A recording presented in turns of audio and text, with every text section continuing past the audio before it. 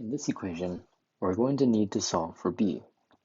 I call this the matching equation, where we're going to match different sides of the equation with one another. So first thing we're going to need to do is distribute this negative to these two values. So you get negative 8 plus 2i.